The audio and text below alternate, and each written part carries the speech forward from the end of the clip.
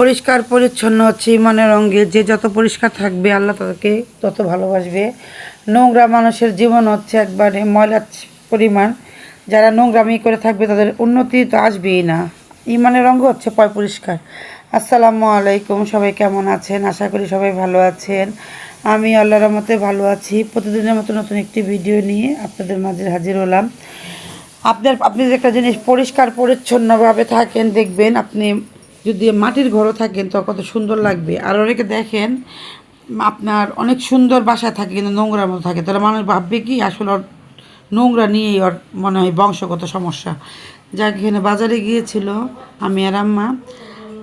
আপনারা বুঝে নেবেন কি পরিমাণ যে আমাদের বাসায় সদাই লাগে, সব কিছু দেখায় না। এখানে হচ্ছে পোলার চাল, চিনি, আর আপনি দিলাম আপনার ডাল, আর এখানে কিছু চিংড়ি মাছ, কই মাছ। মানে মাসের মধ্যে ধরেন 3বার বাজার করে নিয়ে আসি, যা যা লাগে অল্প অল্প করে সবই নিয়ে আসি। কারণ আমাদের যৌথ ফ্যামিলি, আমাদের বাজারটা একটু বেশি লাগে। এখানে প্রায় 2 কেজি চিংড়ি মাছ, শুধু মাথা ফেলে দিব, মাথা ফেলে দিয়ে একটু কেটে রাখলে যখন আমরা রান্না করব তখন আমাদের সুবিধা হয়। মানুষ বলে না আপনার অনেকে অল্প পয়সার জিনিস দিয়ে কত সুন্দর করে থাকে পরিপাটি হয়ে, আর অনেকে দেখবেন বেশি পয়সার জিনিস দিয়ে পরিপাটি থাকতে পারে না, কারণ তার ভিতরে তো নোংরামি। আর আপনি যদি অল্প টাকার জিনিস যদি পরিষ্কার পরিচ্ছন্ন কিন্তু আপনার যদি বরকতময়। এখানে 5 কেজি গরুর মাংস নিয়ে আসছি। এটাকে কে কী নামে চিনেন বলবেন। আমার কাছে এই জিনিসটা খুবই ভালো লাগে। আর আমি বাজারে গেলে এগুলো বেশি খুঁজে খুঁজে মাংস কিনি। আর এই যে এখানে প্রায় 2 কেজি আপনার হলুদ আর মরিচের ফাঁকি আছে, তাহলে বুঝে নেবেন কী পরিমাণ যে আমাদের বাসায় রান্না হয়। আর এক বাসায় যদি মাসে 5 কেজি কাঁচামরিচ লাগে, কী পরিমাণ রান্না হয়। আর এগুলো হচ্ছে কালো জিরা, না আধা কেজি কালো জিরা নিয়ে আসছি। আর আজকে বাজার থেকে মাংস নিয়ে আসছে না, আজকে বেশি করে রান্না করবে, কারণ টাটকা মাংসটা খেতে ভালো লাগে। আর এখানে লাল শাকগুলো কত দেখেন লাল টকটকা, অনেক সময় লাল টকটকা লাল শাক পাওয়া যায় না।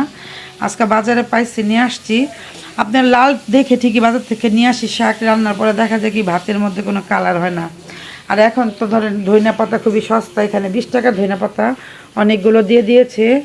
আর আজকে দুপুরে কি কি রান্না করব সম্পূর্ণ ভিডিও আপনাদের সাথে শেয়ার করলাম। এই যে দেখেন তো কুটে বেছে যদি পরিষ্কার পরিচ্ছন্ন করে নিয়েছি, দেখতে কত সুন্দর। আর আমি যদি এটা যদি পরিষ্কার পরিচ্ছন্ন না করে নিতাম তাহলে আমার রান্নাটা অসুবিধা হয়ে যেত, দেখতে অসুন্দর লাগতো। এখানে ইলিশ মাছ দিয়ে রান্না করবে, নতুন আলু দিয়ে টমেটো দিয়ে ঝোল। আর আমি রান্না করব টমেটো দিয়ে, ধনিয়া পাতা বেশি দিয়ে হাতে মেখে কাঁচা রান্না করব। আমি আর মেয়ে খাবো, মাছটা ভাজবো না, ওটাকে আমরা কাঁচা বলি। আর এখানে রান্না করতেছে ডাল, বাগার দিয়ে দিবে। ডাল হয়ে গেছে, কারণ বাজার থেকে যেদিন আসি এদিন রান্না বাড়ানো একটা চাপ পড়ে যায়। এদিক দিয়ে তাবাসুমের আম্মা করতেছে, এদিক দিয়ে আয়নের আম্মু কাজ করতেছে, আমি করতেছি, আম্মা করতেছে, সবাই মিলে জেলে করতে হইতেছে। আমার মেয়ে আবার আয়নকে রাখতেছে, কারণ আমাদের 3-4 দিন যখন মাসের মধ্যে বাজার করি তখন সমস্যা হয়ে যায়।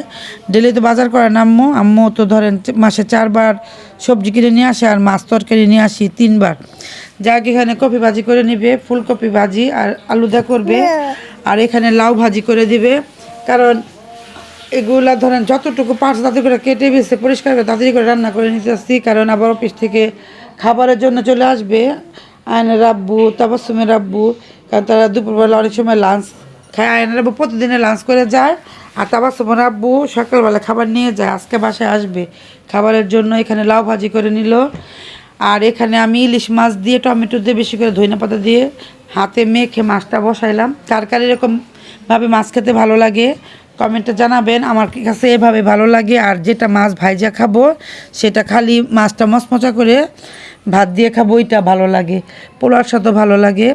ইলিশ মাছ আপনি যেভাবে রান্না করবেন সবাই ভালো লাগতেছে, কিছু মনে করবেন না। এখানে আয়নকে নিয়ে তো বয়স দিতেছি, আয়ন একটু চিৎকার করতেছে। আর এখানে লাল শাক ভাজিটা হয়ে গেছে। কিছু রান্না আমি করলাম, কিছু রান্না আম্মু করলো, কারণ আজকে বাসা অনেক চাপ কাজের, বাজার নিয়ে আসলে অনেকটা চাপ হয়ে যায়।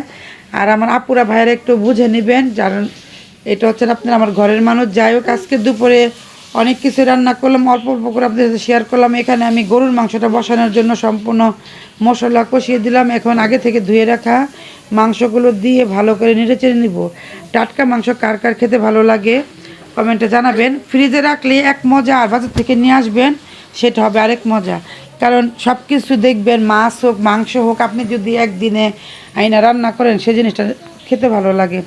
যাক, আপনাদের সাথে অনেক কথা শেয়ার করলাম। কেন বললাম পরিষ্কার পরিচ্ছন্ন ইমানের অঙ্গ। কিছু মানুষ আপনার শত পরিষ্কার মানুষ থাকে, তো সে পরিষ্কার থাকবে না, সে নোংরামি করবেই, কারণ এটা তার অভ্যাস। আপনার ঘরে যদি পরিপাটি করে গুছাইয়া দেওয়া হয়, সে নোংরা পরিবেশে থাকবে। এগুলো অনেকটা ফ্যামিলির মধ্যে আছে, ধরনের মানুষ অনেক জায়গায় আছে। যাই হোক, আজকে দুপুরে কী কী রান্না করলাম সম্পূর্ণ ভিডিও আপনার সাথে শেয়ার করলাম। আজকে ভিডিওটা অনেক বড় হয়ে যাচ্ছে, তো আজকের ভিডিওটা এখানে শেষ করব। সবাই ভালো থাকবেন, সুস্থ থাকবেন, ভিডিওটির পাশে থাকবেন, লাইক কমেন্ট শেয়ার করবেন। আসসালামু আলাইকুম।